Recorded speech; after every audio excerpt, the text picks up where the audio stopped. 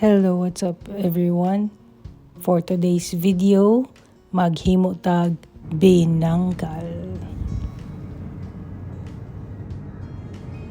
Baking powder, baking soda, vanilla, cooking oil, salt, sesame seeds, sugar, milk, sprite, flour.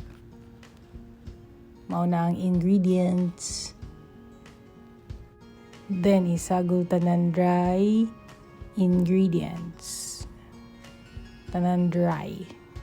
Iuba na sila. Then, i-mix thoroughly. Yes, sir. Then, wet ingredients.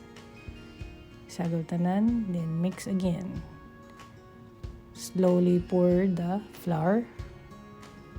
Then, i-mix nimo tanan.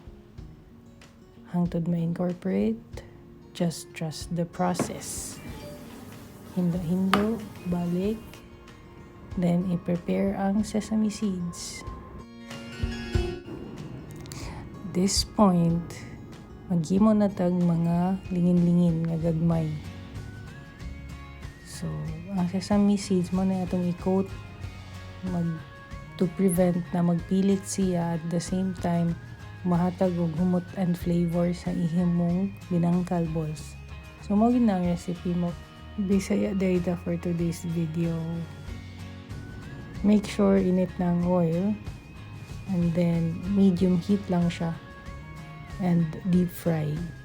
Kay kung dili deep fry, masulod ng oil sa imong binangkal and ang mahitabo oily siya and then makakabuhi. So, dapat imong oil is ready na gyud nga malutuan. Yes, sir.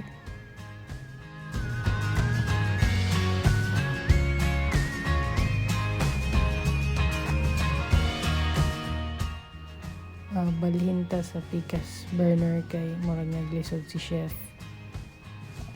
Para pod makita ang atong finished product. Yes. Kabantay mo namin gibutang sa kilid kay ang mo first nga salang kay hilaw luto. So muna ang resulta kung init kayo ang imong oil. Dali ra maluto ang outer layer unya. Ang sulod medyo hilaw-hilaw pa. So basa-basa pa. So dapat sakto lang, ready na malutuan and at the same time medium heat lang siya para dili mapareha sa amo ang gibuhat. Ana. Yung Bisaya data today kay Bisaya maning snacks. Di ko sure kung unsay tawagan ni sa Tagalog or naba sila ingani. Pero kahinumdum ko kani baligya ni sa una. Tag 50.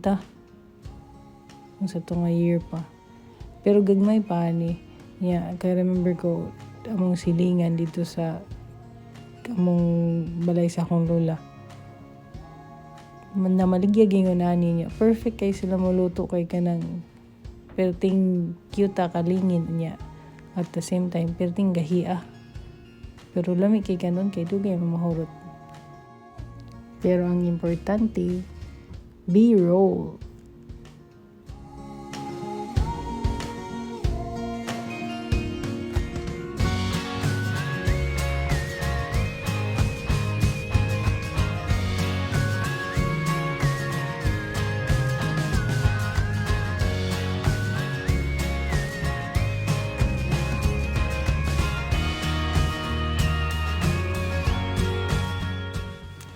Mao na ang among recipe and I hope you find value out of this video.